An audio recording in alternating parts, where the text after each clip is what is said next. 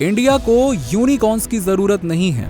ये स्टेटमेंट एक ऐसे शख्सियत का है जिन्होंने न सिर्फ इंडिया के स्टार्टअप इकोसिस्टम को अपनी आंखों के सामने बड़े होते हुए देखा, ये बल्कि खुद एक यूनिकॉर्न कंपनी के फाउंडर हैं। उनकी कंपनी को खुद भारत रत्न के सही हकदार स्वर्गीय रतन टाटा जी ने बैक किया था। ये शख्स अब शार्क टैंक के सीजन 4 में बतौर शार्क के रूप में आने वाले हैं। वो नाम है स्नैपडील के फाउंडर कुणाल बहल। आईआईटी में एडमिशन ना होने के बाद और H1B वीजा रिजेक्ट होने के बाद भी कुणाल ने एक ऐसा स्टार्टअप बनाया जो कि ना सिर्फ इंडिया के पहले ई कॉमर्स पायनियर और यूनिकॉर्न्स में से एक है, बल्कि खुद स्वर्गीय रतन टाटा जी का वो पहला स्टार्टअप इन्वेस्टमेंट था। लेकिन कईयों की तरह कुणाल बहल का सफर सीधे रास्ते पर नहीं चला। उन्होंने अपने 17 साल के सफर में उतार चढ़ाव, दाएं बाएं, टेढ़े मेढ़े हर तरह के बदलाव देखे हैं। कैसे $5 बिलियन की स्नैपडील, जो किसी जमाने में इंडिया का second largest e commerce platform था और नंबर 1 कंपनी फ्लिपकार्ट से टक्कर लेने जा रहा था, वो ई कॉमर्स में पीछे पड़ गया और आज वो दोबारा से स्नैपडील 2.0 बनाकर कमबैक कर रहे हैं। ऐसा क्या था आखिरकार उनकी कंपनी में कि रतन टाटा जी ने उसमें पर्सनली अपने पैसे से इन्वेस्टमेंट किया, और क्यों खुद यूनिकॉर्न होने के बावजूद कुणाल को ये शब्द नहीं पसंद। कुणाल बहल दिल्ली में पले बढ़े और दिल्ली पब्लिक स्कूल आरके पुरम में उनका अर्ली एजुकेशन हुआ। जब उनका आईआईटी में एडमिशन नहीं हुआ तो उन्होंने कुछ ऐसा किया जो आपने शायद ही किसी जेई देने वाले कैंडिडेट को करते हुए देखा होगा। I remember the day I didn't get into IIT, everyone was really upset in my family. I went and played 3 hours of cricket. उसके बाद वो क्या करते हैं कि यूएस के यूनिवर्सिटी ऑफ पेंसिल्वेनिया में जाते हैं, जहां उन्होंने Jerome Fisher program in management and technology को ज्वाइन किया। वहां से उन्होंने एक नहीं बल्कि 2 बैचलर्स डिग्री सिक्योर की। पहली डिग्री थी द वॉर्टन स्कूल से entrepreneurship operations and information management में, और दूसरी इंजीनियरिंग डिग्री थी school of engineering and applied science में। उसके बाद उन्होंने अपने बिजनेस स्किल्स को इंप्रूव करने के लिए केलॉग स्कूल ऑफ मैनेजमेंट से एक एग्जीक्यूटिव मार्केटिंग प्रोग्राम भी कंप्लीट किया। माइक्रोसॉफ्ट के सीटल ऑफिस में उनके एक सीनियर हुआ करते थे, कीनथ ग्लास, और शॉर्ट में केन। अब केन उससे पहले कुणाल के यूएस के कॉलेज में गेस्ट लेक्चरर के तौर पे भी आए थे, और शायद उस वक्त दोनों को अंदाजा ही नहीं था कि ये रिश्ता उन्हें कहां लेकर जाएगा। जब कुणाल माइक्रोसॉफ्ट में काम कर रहे थे तो एक दिन अचानक से उन्हें एक ईमेल आया। उस ईमेल में एक लाइन लिखी हुई थी कि यूएस गवर्नमेंट ने आपका H1B वीजा रिजेक्ट कर दिया है। अब यहाँ पे H1B के बारे में तो आप जानते होंगे कि ये एक यूएस का प्रोग्राम होता है जिससे यूएस एम्प्लॉयर्स बाहर से टैलेंट को स्पेशली ऑक्यूपेशंस में हायर कर सकते हैं। अब जाने से पहले उन्होंने केन के साथ एक आखिरी बार बात की। He just said one thing. He said, "Let me know if you need any help." असल में कुणाल का ओरिजिनली यूएस में कुछ साल रहकर काम सीखने का और दूसरी चीज ट्राई करने का प्लान था। Okay, and Microsoft in the US, they applied for my H1B visa. I thought I'll live in the US for a few years, then maybe eventually come back or start a company there. अब यहाँ से उनकी जिंदगी बदलने वाली थी, लेकिन उनकी जिंदगी में सेटबैक्स ही उनके लिए अहम मोमेंट्स रहे हैं जिन्होंने उनकी जिंदगी हमेशा के लिए बदल दी है। इनफैक्ट जब वो यूएस में थे तो उन्होंने एक डिटर्जेंट कंपनी भी लॉन्च की थी जिसके प्रोडक्ट्स वो वॉलमार्ट के स्टोर्स पर बेचते थे।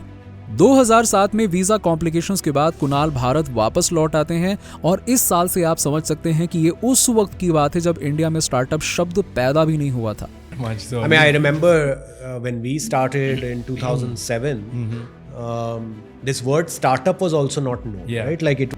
तो कुणाल दरअसल दोस्तों इंडिया के फर्स्ट जनरेशन एंटरप्रेन्योर्स में से एक हैं, और उनके बचपन के दोस्त रोहित बंसल उस समय पे कैपिटल वन में काम कर रहे थे। 2007-2008 में दोनों ने मिलकर ऑफलाइन कूपनिंग बिजनेस शुरू किया, और कुछ ही महीने में दोनों को एहसास हुआ कि उनके सारे सेविंग्स मिलाकर भी काफी नहीं होंगे। तो उन्हें याद आई केन की।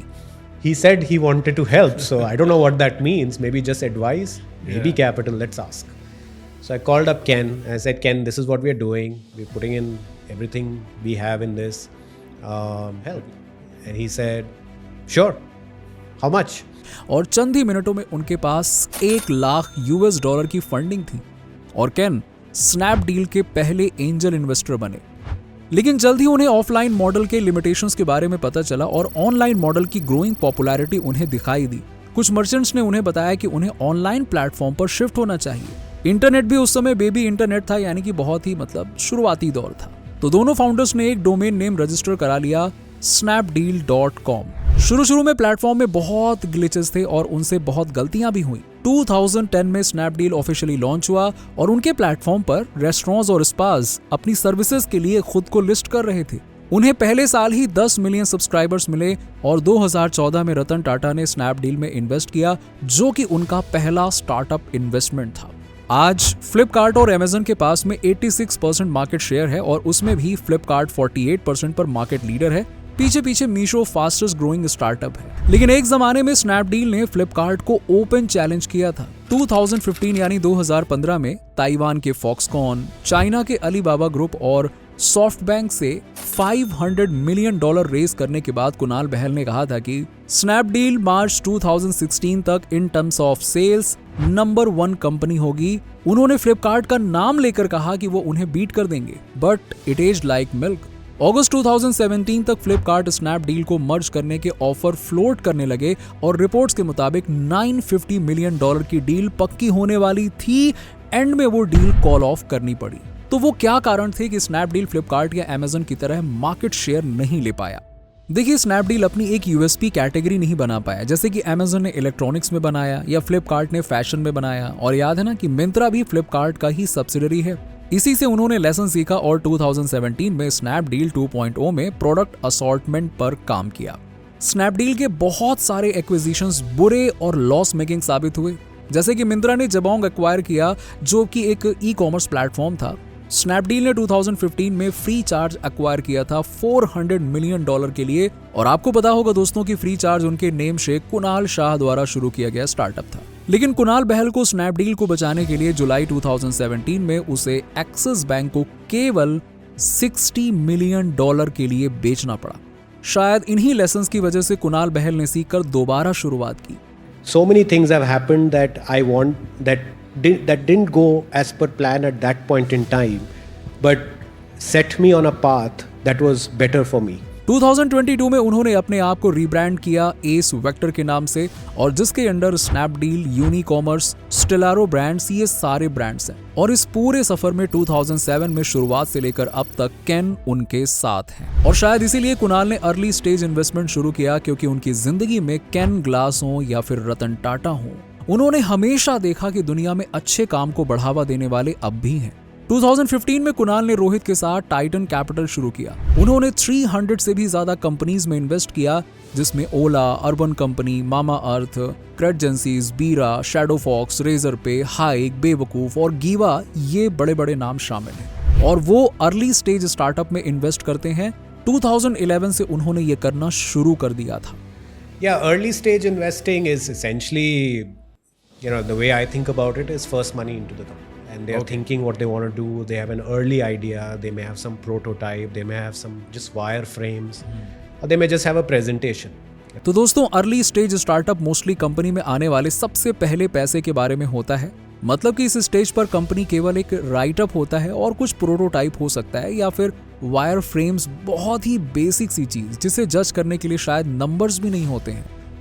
उस तरह के स्टार्टअप्स में कुणाल इन्वेस्ट करते हैं। अर्ली स्टेज इन्वेस्टर और एंटरप्रेन्योर होने के साथ साथ कुणाल बहुत सारे इंपॉर्टेंट पोजीशन होल्ड करते हैं। वो Indian council of research on international economic relations के बोर्ड ऑफ गवर्नर्स में है। वो नैस्कॉम के एग्जीक्यूटिव काउंसिल में भी मेंबर हैं। वो confederation of Indian industry national committee on e commerce को भी चेयर करते हैं। वो नेशनल स्टार्टअप एडवाइजरी काउंसिल के मेंबर हैं और पिरामल एंटरप्राइजेस के बोर्ड पर इंडिपेंडेंट डायरेक्टर भी हैं। सो बेसिकली वो इंडिया के इंडस्ट्री के टॉप बॉडीज और कमिटीज के मेंबर हैं, जो कि अपने आप में एक लेजेंडरी अचीवमेंट है। और इसीलिए उनके कुछ आइडियाज बहुत ज्यादा रिफ्रेशिंग लगते हैं, जैसे कि खुद यूनिकॉर्न होने के बावजूद उन्हें ये शब्द पसंद ही नहीं है। The startup ecosystem has become a mythical creature which nobody has ever seen before, right? And a terminology defined by someone in the West, someone in Silicon Valley, in a currency that is not ours. दोस्तों, unicorn इस term का इजाद इसलिए हुआ था क्योंकि unicorn एक mythical creature होता है जो किसी ने कभी देखा ही नहीं है, और इसीलिए $1 बिलियन, जो कि बहुत बड़ी रकम होती है, उस वैल्यूएशन की कंपनी को यूनिकॉर्न कहते हैं। तो ना ही करेंसी इंडियन है, ना ही उस नंबर का कोई मतलब है, सिर्फ फंड रेजिंग की बात होती है। मतलब कि $1 बिलियन मतलब होता है 8,300 करोड़ रुपए। और ये नंबर क्या सच में मुमकिन है? और रेवेन्यू और प्रॉफिट्स का क्या? उसकी तो कोई बात ही नहीं हो रही है।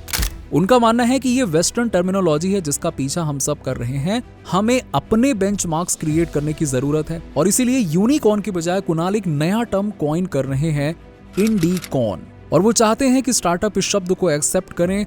100 crores of revenue, started in the last 15 years and is profitable. और कंपनीज जो कि 100 करोड़ रुपए रेवेन्यू कर चुकी हैं और उन्हें लगता है कि इंडिया को 100 या 200 यूनिकॉर्न्स की जगह पे 10,000 इंडीकॉर्न्स चाहिए।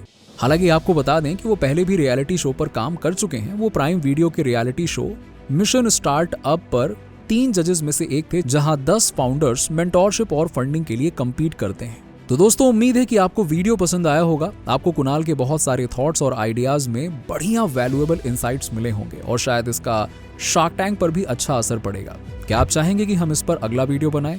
आप हमें कमेंट सेक्शन में जरूर बताइएगा। अगर आप ऐसे ही टॉपिक्स पर वीडियो पसंद करते हैं तो प्लीज चैनल को लाइक और सब्सक्राइब करना ना भूलें। मिलते हैं आपसे अगले वीडियो।